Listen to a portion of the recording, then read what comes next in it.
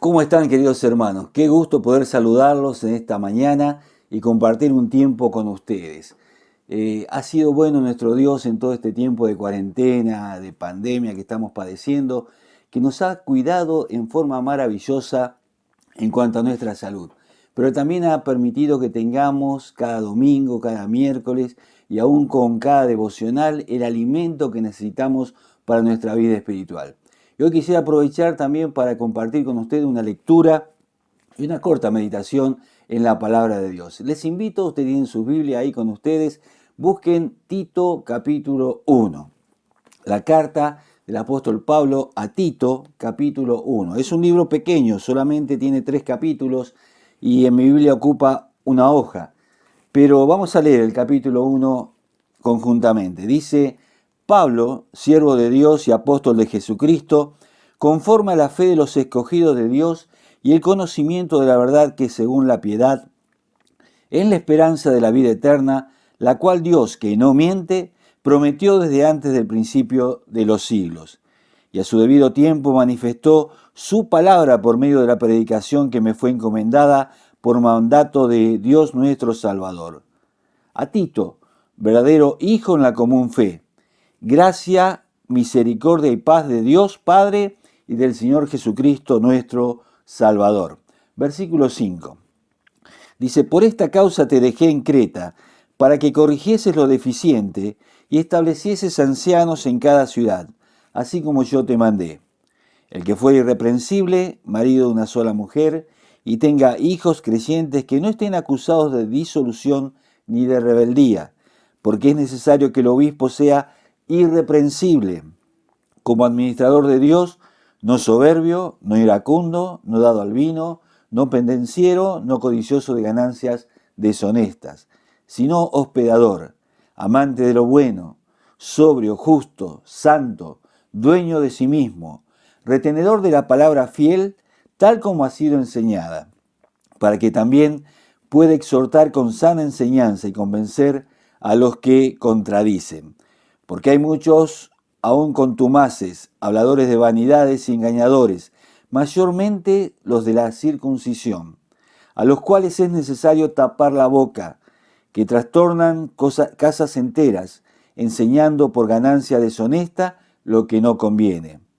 Uno de ellos, su propio profeta, dijo: los cretenses, siempre mentirosos, malas bestias, glotones ociosos. Este testimonio es verdadero. Por tanto, repréndelos duramente, para que sean sanos en la fe, no atendiendo a fábulas judaicas, ni a mandamientos de hombres que se apartan de la verdad. Todas las cosas son puras para los puros, mas para los corrompidos e incrédulos nada les es puro, pues hasta su mente y su conciencia están corrompidas. Profesan conocer a Dios, pero con los hechos lo niegan, siendo abominables y rebeldes, reprobados en cuanto a toda buena obra. Hasta aquí nomás con la lectura en la palabra de Dios. Esta carta del apóstol a Tito está ubicada en la Biblia justo detrás de Primera y Segunda Timoteo. Y estas 3 cartas en conjunto son denominadas las cartas pastorales. ¿Por qué? Porque un pastor, digamos, que era apóstol además, como Pablo, con experiencia en el ministerio, con tantos años entregando la palabra y teniendo tantas vivencias, le escribe a 2 pastores jóvenes como Timoteo y Tito para ayudarles en su vida personal y también para ayudarles en la tarea que iban a desempeñar o estaban desempeñando como pastores en algunas iglesias. A diferencia de las otras cartas a las iglesias que Pablo escribió a los Corintios, a los Gálatas, a los Efesios, esta carta tiene algunos tintes muy personales. Es que Pablo conocía perfectamente a estos 2 muchachos. Es más, si ustedes prestaron atención en la lectura, tanto a él como en Timoteo también encontramos, les llama mis hijos en la fe.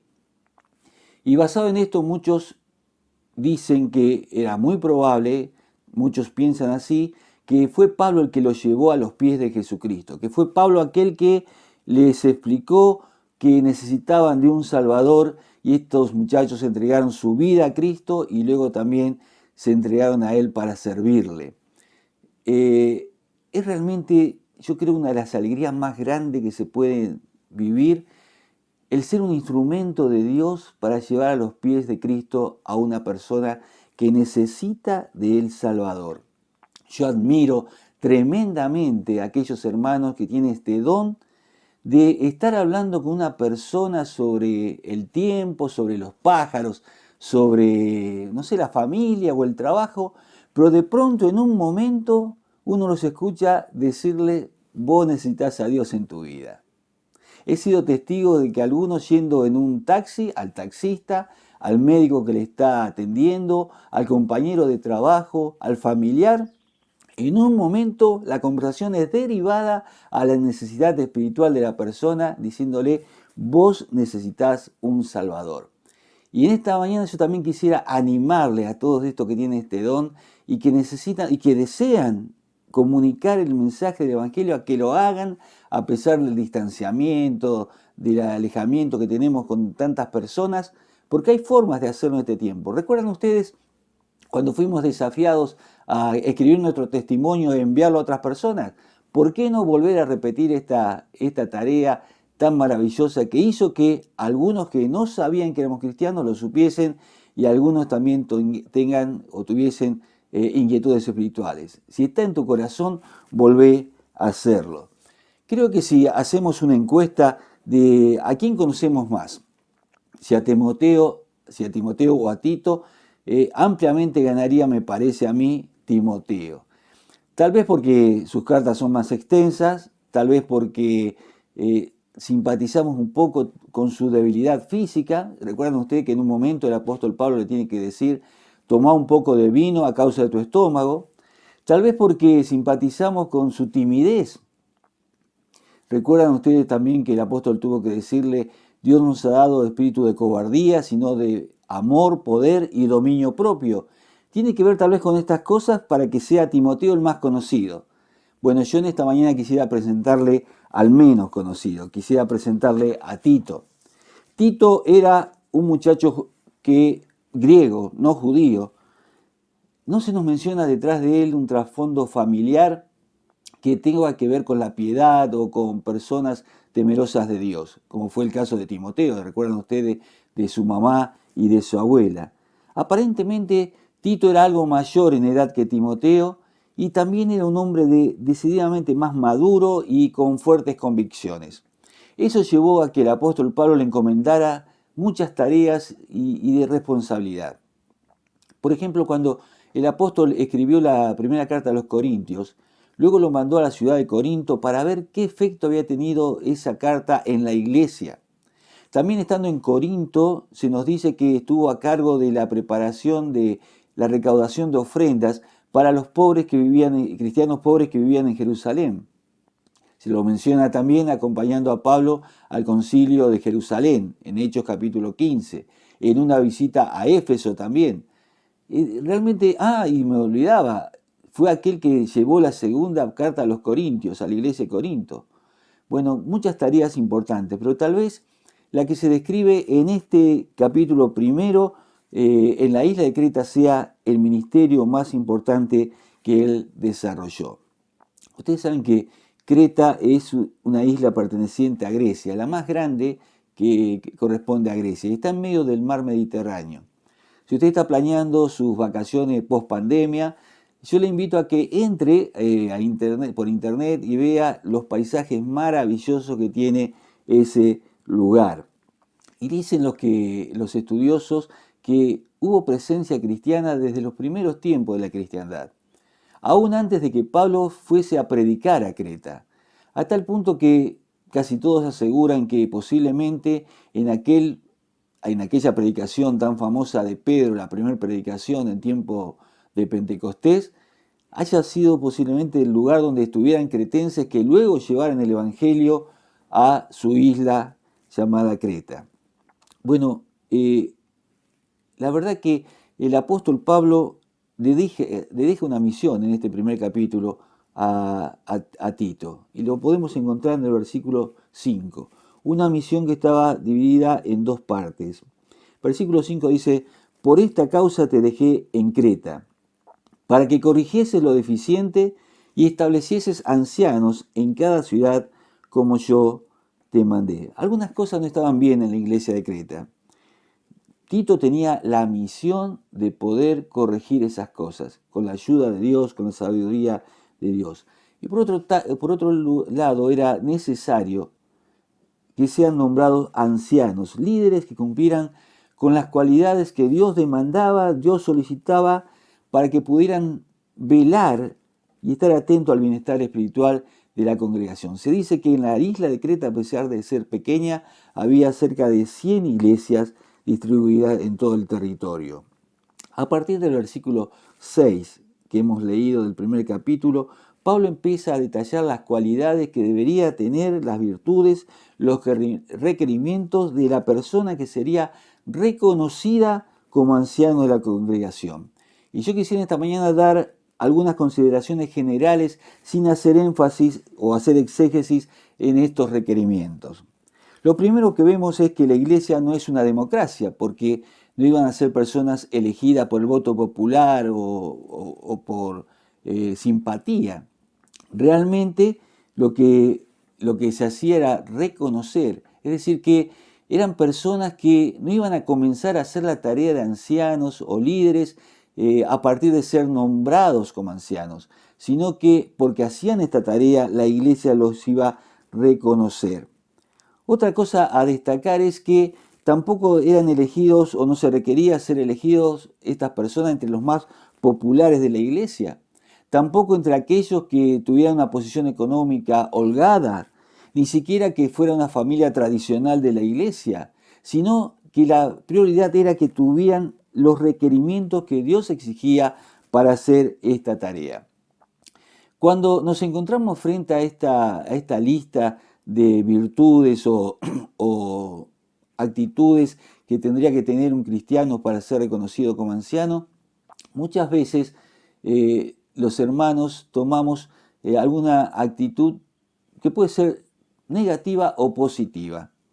Y a mí me gustaría referirme brevemente a esto, porque muchas veces pasamos a ser jueces de nuestros hermanos, de aquellos que realizan la tarea. Por ejemplo, tomamos esta lista y decimos, a ver, el anciano de mi iglesia, el líder de mi iglesia, ¿realmente es lo que debería ser? ¿Es lo que Dios exige? A ver, yo tomo esta sola virtud que debería tener, hospedador. ¿El anciano de mi iglesia es hospedador como debería ser, como Dios pide? Esta es una actitud negativa. ¿Por qué? Porque nos ponemos en jueces de nuestro hermano. Pero podríamos tomar también una actitud positiva, que sería una segunda opción y que tiene mucho que ver con lo que Dios quiere. Y es poner mi corazón, mi voluntad y mi fuerza en ser la persona que Dios está buscando para cumplir con esa misión. Muchas veces somos rápidos para reclamar que la vida de nuestros líderes sean perfectas. Ahora bien, perfecto no hay ninguno. Es más, aquel que dice la palabra que aquel que piensa que no peca, se engaña a sí mismo. Y realmente la palabra irreprensible, que es la que se menciona en este párrafo, no es sinónimo de perfecto, no es sinónimo de perfección. La palabra irreprensible se refiere a personas que son intachables. Significa que son personas que las demás respetan a causa de su testimonio. Y significa que son personas a las cuales no se le pueden achacar cosas. Pero yo me pregunto, y te pregunto en esta mañana, de esta lista que hemos leído, ¿acaso Dios no reclama las mismas cosas de vos que sos un hijo de Dios y que no sos anciano? Aún de las mujeres de la iglesia, porque salvo el conocido ser marido de una sola mujer, las demás cosas que se mencionan aquí son las cosas que Dios pide a todo cristiano. En mi juventud alguna vez pensé, bueno, el anciano de mi iglesia no debería hablar como habla, o el anciano de mi iglesia no debe enojarse de la manera que se enoja, ni estar o dejar de hacerlo esto o aquello, o pelearse en un partido de fútbol. O, por ejemplo, hacer trampa en los juegos. ¿Por qué razón? Y yo tenía una razón equivocada. Yo decía, porque es el anciano de la iglesia. Pero no es así. No es así. Versículo 8, fíjense ustedes lo que dice. Que debe ser hospedador, amante de lo bueno, sobrio, justo, santo, dueño de sí mismo. Pero te pregunto una cosa en esta mañana, ¿acaso Dios no pide esto también de vos que no sos anciano? Claro que sí.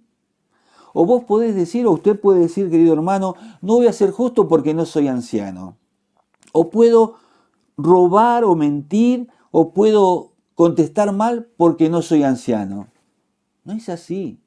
Son cosas que Dios demanda de cada uno de sus hijos. Y Dios quiera que cada hermano de la iglesia tome estos versículos como un desafío personal para vivir de la manera que Dios quiere que vivamos, aunque no seamos ancianos. Y quiero decirle a los hombres de nuestra iglesia que si tu deseo es ser anciano de la iglesia, un líder de la iglesia, dice 1 Timoteo 3:1, buena obra deseas. Pero esta tarea de reconocer y establecer ancianos era solo una parte de lo que le había Pablo encomendado a Tito. Lo segundo dice que era corregir lo deficiente. Cuando hablamos de corregir lo deficiente, estamos hablando de que algo no está a la altura de lo que debería ser. Por ejemplo, entramos en una habitación y decimos, la luz de esta habitación es deficiente. No está a la altura de lo que necesito, no está a la altura para lo que quiero hacer, a la medida de lo que debería ser. Bueno, esto sucedía con los hermanos en Creta. Su testimonio, su forma de mostrarse a la sociedad, la forma de vivir de los hermanos no estaba a la altura de lo que Dios merecía y de lo que ellos decían creer y ser. En primer lugar, ellos habían dejado filtrar la enseñanza de una corriente de pensamiento llamada los judaizantes, que el apóstol aquí Pablo los menciona como lo de la circuncisión. Y estas eran personas que habían abrazado con alegría el mensaje del Evangelio, pero sus vidas no habían cambiado. Sus vidas no habían sido transformadas por el poder del Evangelio. Les gustaba el Evangelio. Decían amar a Jesús, sus enseñanzas, y que estaba bien todo esto de la fe en Jesús y de vivir de acuerdo a las enseñanzas de Jesús, pero ellos decían en sus enseñanzas que esto no era suficiente. ¿No era suficiente para qué? Para ser salvos. Que no era suficiente para alcanzar el cielo. Que necesitábamos, una persona necesita no solamente creer en Jesús, sino también hacer algo para ser salvos. Y con esta predicación confundían a los hermanos de Creta. Y muchos estaban desviándose de la verdad tras esta enseñanza. Querido hermano, esto que dije te sonó raro, ¿no es cierto? ¿Es así? Bueno, me alegra muchísimo porque nosotros sabemos, ustedes saben y nosotros sabemos que la salvación, el perdón de nuestros pecados, la vida eterna se consigue únicamente por la fe puesta en nuestro Señor Jesucristo. Si viniera algún predicador a nuestra iglesia diciendo que la fe en Jesucristo no es suficiente para ser salvo, recibiría toda nuestra reprobación absoluta. Sabemos que nuestro comportamiento, nuestras buenas obras, nuestras ofrendas, nuestros sacrificios no logran que sean perdonados uno solo de nuestros pecados. Por algo, en Efesios 2:8 dice, por gracia sois salvos por medio de la fe, y esto no es de vosotros, sino que es un don de Dios, no por obras para que nadie se gloríe. Y en Juan 6:47 el mismo Señor Jesucristo dijo, el que cree en mí tiene vida eterna. Y podríamos muchos de nosotros dar nuestro testimonio personal de la forma en que vinimos al Evangelio, al conocimiento de Jesucristo. No fue con cosas que traíamos, cosas buenas que traíamos o que queríamos hacer. Vinimos con miedos, con temores, con familias destruidas, con nuestra vida personal destruida. Y reconocimos que Jesucristo murió por nosotros y eso fue suficiente para recibir el perdón de Dios y que nuestra vida cambiara. Ahora, sigamos pensando en lo que Tito estaba haciendo. Primero, tenía que corregir, dijimos, y esta era una enseñanza errónea. Pero por otro lugar, yo quiero contarles qué se pensaba de los habitantes de Creta. Eran muy mal vistos en todo el mundo antiguo. Tenían lo que dirían muy mala fama, hoy diríamos muy mala prensa. El apóstol Pablo les dice que hay un poeta, un profeta, menciona el apóstol porque ellos también lo consideraban profeta, un profeta, un poeta que vivió 500 y algo de años antes de Jesucristo. Y él dijo lo que leímos en capítulo 1 de Tito. Dice, los cretenses, siempre mentirosos, malas bestias, glotones, ociosos. Miren, no hay mucho que agregar a estas palabras. El problema, como dice el apóstol, es que esto era verdad. Era verdad. Los cretenses eran una sociedad corrompida por el amor al dinero. Eran tramposos y mentirosos en sus transacciones comerciales. Había refranes que referían a la vida de los cretenses, a su forma de ser y actuar, que miren, decían, en lugar de decir, no seas mentiroso, decían, no seas cretense. ¿Se imaginan ustedes? En medio de una sociedad así, una persona que estaba impregnada por esta forma de pensar y de actuar por toda una sociedad, conocía el mensaje del Evangelio, se arrepentía de sus pecados y de su forma de actuar y recibía a Cristo. Su vida debía cambiar 180 grados. Su vida iba a ser totalmente distinta a la vida de las personas que vivían en Creta. Sin embargo, algunos creyentes no habían cambiado su forma de vivir. Y Pablo le dice a Tito, repréndelos duramente para que sean sanos en la fe. Seguían viviendo de la misma manera. Al apóstol Pablo le sucedió esto con los hermanos de Éfeso. Él les tiene que escribir la carta a la iglesia de Éfeso y le dice, miren muchachos, el que robaba no robe más. El que hablaba con malas palabras, deje de hablar de esa manera. Palabra corrompida no salga de vuestra boca. El que mentía, no mienta más. El que insultaba, no lo haga más. ¿Por qué? Porque eso es parte de vuestra vana manera de vivir, de vuestra antigua manera de vivir. No se corresponde con la vida nueva que hay en Cristo Jesús. ¿Saben qué pasa? Que aquel que recibe a Cristo en el corazón, sinceramente se arrepiente de sus pecados y por la fe es salvo en el Señor, su vida cambia. Comienza a haber cambios en su vida personal. Tal vez fue criado en una familia en que la mujer no era tenida en cuenta, era un objeto poco valorado. Pero cuando comienza a leer la palabra de Dios y escuchar la palabra de Dios para su vida, él encuentra que debe tratar a su esposa, por ejemplo, con ternura, con amor. ¿Por qué? Porque así lo pide el Señor. Y el Señor da el ejemplo, dando su vida por la iglesia.